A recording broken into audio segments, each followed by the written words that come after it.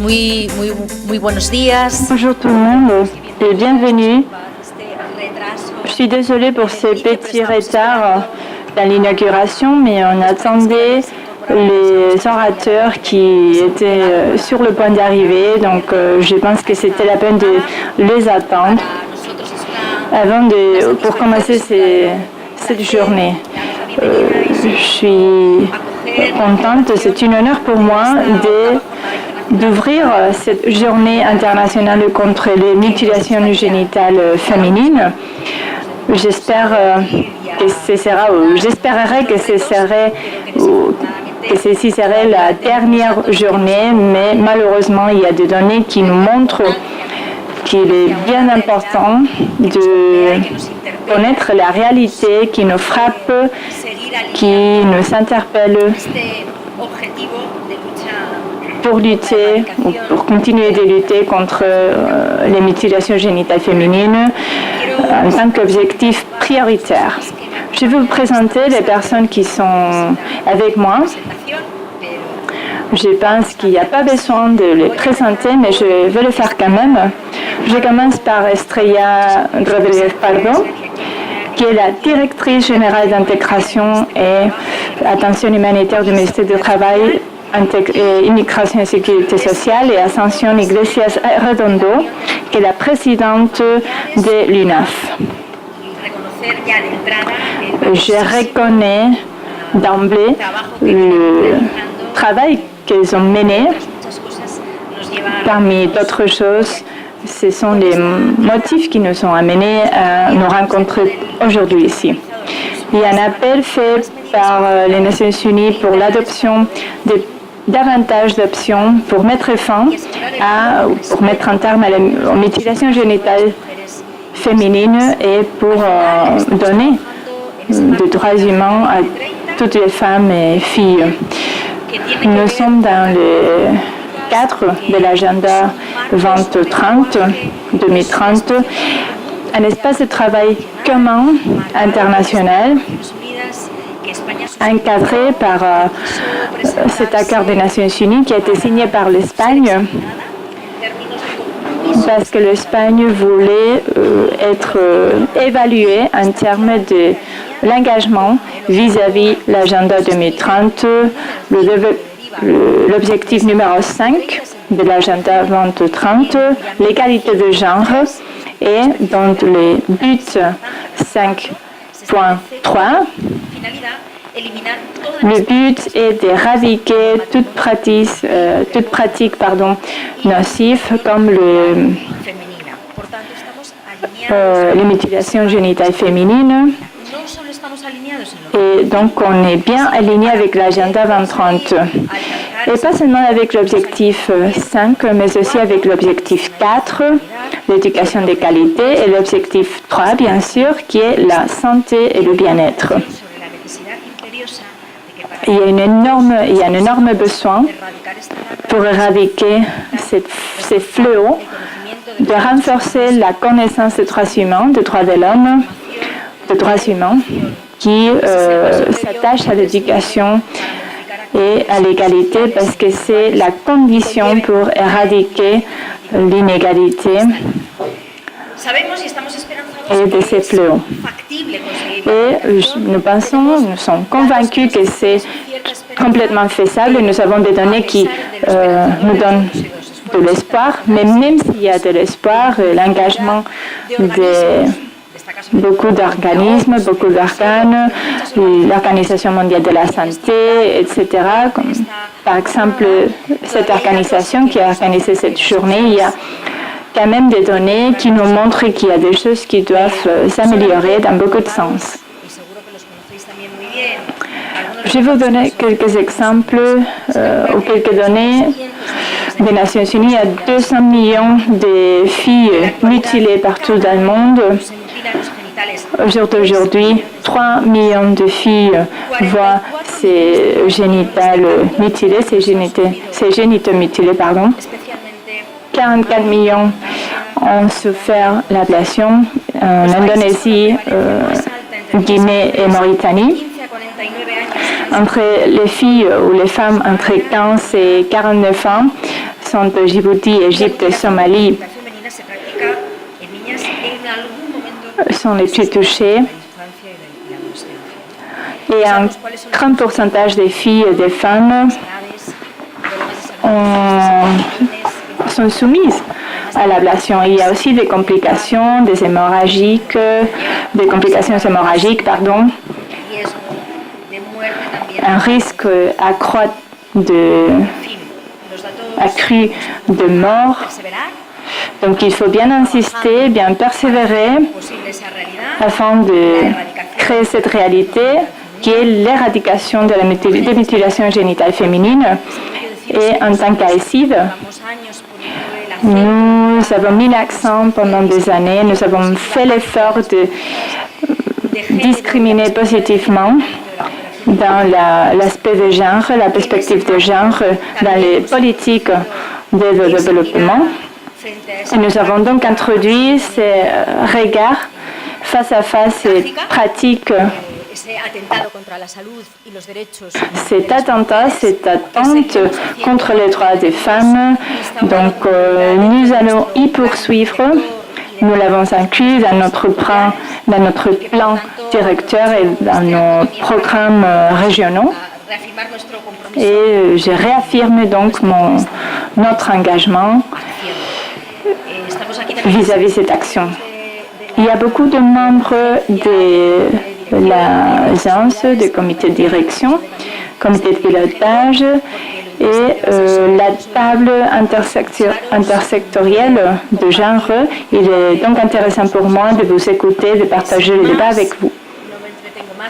Donc, c'est tout ce que je voulais vous dire. Maintenant, je vais passer la parole à Estrella Rodríguez Pardo.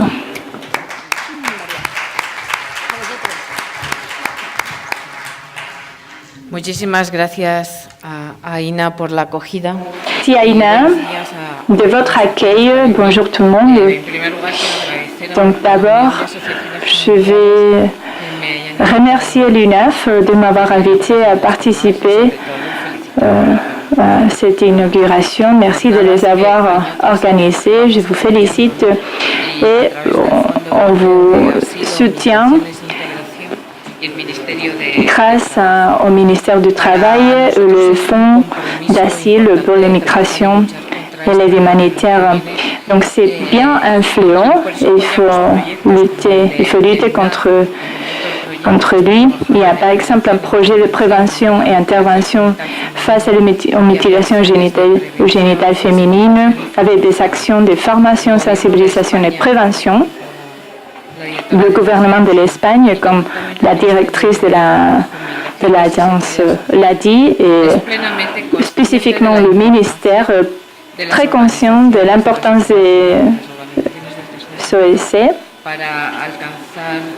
afin d'atteindre cet objectif. Parce que c'est grâce à votre travail de dénonciation, que vous avez facilité les outils pour éradiquer, pour lutter contre les atteintes aux droits humains qui touchent plus de 200 millions de filles et de femmes partout dans le monde. Notre pays, l'Espagne, est un pays récepteur de beaucoup de personnes des origines et d'ethnies différentes. Nous sommes une société plurielle et diverse, une société dont la diversité est enrichissante. Et pour ça, la société et les administrations ont dû s'adapter à une situation différente, plurielle, riche, mais où il faut quand même travailler sous les principes d'égalité, non-discrimination, respect de l'interculturalité. Et pourquoi faut-il y travailler? Parce que, en fonction de notre regard, le phénomène de la migration est vu comme une opportunité, comme un défi. On l'a vu comme une opportunité pour notre pays, pour la société. Donc après ces quelques années où on a vu la disparition dans l'agenda public de tout ce qui concerne l'intégration, parce qu'entre 2004 et 2011, le gouvernement a mis sur la table, après une collaboration avec toutes les sociétés, toutes les associations et les OSC, un plan stratégique de citoyenneté et intégration qui nous a donné un cas de travail et coopération avec les communautés autonomes, les mairies et les ONG. Après, il y a une parenthèse et on va essayer de récupérer cette stratégie afin d'inclure dans l'agenda public les politiques d'intégration. Nous sommes conscients que l'intégration est dynamique, donc le plan qu'on a fait sont obsolètes. Mais après, il y a eu une crise, la crise économique, la crise des réfugiés, la crise de la frontière sud, donc il faut approfondir dans les politiques. Il faut parler des cohabitations, de l'accès universel au service public et le respect des droits humains. Donc c'est cet égard qui va avoir un rôle important dans la lutte contre les mutilations génitales féminines. Comme il faut faire, si on va miser sur les droits humains, si on va miser sur la légalité, il faut miser sur le stop aux mutilations génitales féminines. Donc, on a soutenu des projets de différentes organisations, spécialement des projets avec un aspect global, des formations pour les professionnels dans les aspects sanitaires, éducatifs et des ateliers de sensibilisation dans les écoles, des écoles des parents et des ateliers de prévention avec notre travail avec des médiateurs et en créant des réseaux stratégiques qui nous permettront d'identifier le phénomène et de lutter contre lui. Et je tiens à vous féliciter, vous, les organisations professionnelles, pour votre travail que vous menez au jour le jour, année après année, de façon très importante. C'est un travail silencieux parce que il s'agit d'un travail quotidien de lutter contre le fléau. Mais d'autre côté, j'apprécie aussi l'importance de vos contributions afin que les responsables politiques identifient vos critiques, vos contributions, afin que nous puissions créer des politiques actives et réelles contre ce phénomène. Donc, nous sommes ouverts. Nous avons repris la stratégie des collaborations, la rédaction de cette stratégie. Nous sommes très, très, très intéressés par ce que vous pouvez nous dire depuis les agences de coopération et d'éducation. En termes d'égalité, il y a des questions clés qui doivent rythmer toute stratégie d'éducation et de santé. Mais la première, je dirais, serait l'accès aux droits, un pied d'égalité. Ça, c'est vraiment la clé de tout travail qu'on développe. Et à partir de ça, on travaillera sur les pathologies et tous les problèmes, soit la violence au sein du domicile, la violence de genre et tout type de mutilation génitale féminine. Je vous souhaite des journées qui porteront des fruits et je suis toujours ouverte à vous écouter. Merci. Et maintenant, je donne la parole à Ascension Iglesias, la présidente du NEF, et aussi l'écrivaine, la créatrice de cette journée, avec son équipe, bien sûr. Oui, avec mon équipe. Merci et bienvenue tout le monde à cette journée de coopération internationale de prévention et intervention face à la mutilation génitale féminine, qui est organisée tous les ans avec le soutien des ministères de la Sécurité sociale, avec la coopération du Fonds d'asile. Et pour cette édition, on a eu la collaboration de l'AECIB. Je tiens à vous remercier tout d'abord pour nous avoir prêté cet auditorium, mais aussi pour aider dans l'organisation. Aina Calvo Sánchez, je tiens à vous remercier en tant que directrice d'AECID, qui, une fois de plus, a montré que la volonté de la coopération internationale espagnole, les progrès, la lutte contre les mutilations qui est souffert par 200 millions de filles et de femmes sont un exemple de plus davantage de ce type de violence rencontrées par les filles et les femmes. Donc c'est une ligne stratégique qui ne doit jamais être abandonnée parce qu'il s'agit d'une violation des droits humains. Et bien logiquement, il faut s'y adresser de façon internationale avec la coordination des interventions dans les pays d'origine, les pays de destin. Et aussi, Estrella Rodríguez Pardo, je tiens à vous remercier et à vous remercier aussi pour le travail du ministère du Travail, Migration et de la Sécurité sociale, pour le travail que vous avez mené pour la prévention des maladies dans les populations migrantes et pour tout le travail qu'on a mené ensemble. Cette tâche, ce travail est l'une des missions de l'UNEF, une organisation qui a été créée il y a 30 ans, une organisation d'utilité publique. On a essayé de promouvoir le bien-être, les droits de toutes les familles diverses. Les familles, on dit toujours au pluriel. Depuis cette approche féministe et interculturelle, nous avons pour objectif la prévention des mutilations génitales féminines, parce qu'il s'agit d'une violation des droits humains et une forme de violence de genre. On le fait grâce à des programmes d'éducation interculturelle avec les femmes et aussi avec les mâles, promouvant l'autonomisation des femmes et promouvant l'abandon de ces pratiques avec l'éducation. On forme aussi des professionnels sanitaires et sociaux, aussi des ONG.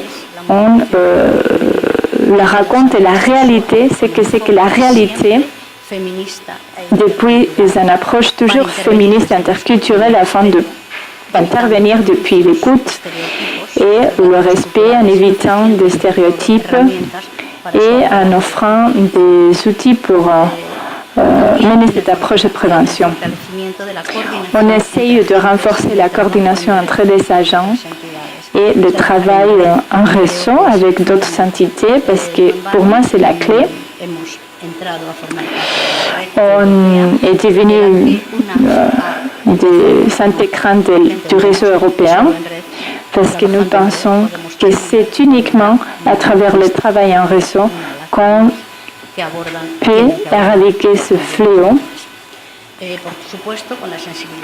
avec la sensibilisation sociale, bien sûr, parce que nous avons besoin des médias et des réseaux sociaux afin de changer les nouvelles formes de narratifs. Depuis mon expérience, ou forte de mon expérience, comme la directrice l'a dit, j'espérerais que ce serait la dernière réunion de prévention de la mutilation génitale féminine, mais malgré tout, il y a quand même des défis devant nous que nous essayons de relever. Quelques défis seront débattus, seront attaqués lors de ces débats. Et je tiens à remercier aussi les directrices et les travailleuses de famille et tout le monde qui travaille au sein du UNEF parce qu'elles sont très généreuses et travaillent énormément parce qu'elles croient sur tout ce qu'ils sont en train de travailler. Donc, je tiens à remercier le conseil de direction et toutes les travailleuses. Donc, pour avancer, nous parlerons de la prévention et l'intervention face à la mutilation génitale féminine et des défis parce que c'est là exactement sur la transformation de la société. C'est uniquement si on transforme la société que l'on sera capable de mettre un terme à la mutilation génitale féminine parce que nous, hommes et femmes, nous avons tous le même droit à jouir d'une sexualité complète et pleine. Nous aurons l'occasion d'écouter des professionnels, des institutions, des activistes, des entités nationales et internationales avec lesquelles on va partager leur vision du problème et les solutions possibles.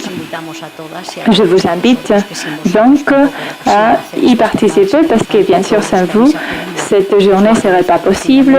Donc merci au nom du NEF d'être venu parce que ce dialogue doit être approché depuis une vision activiste de droit.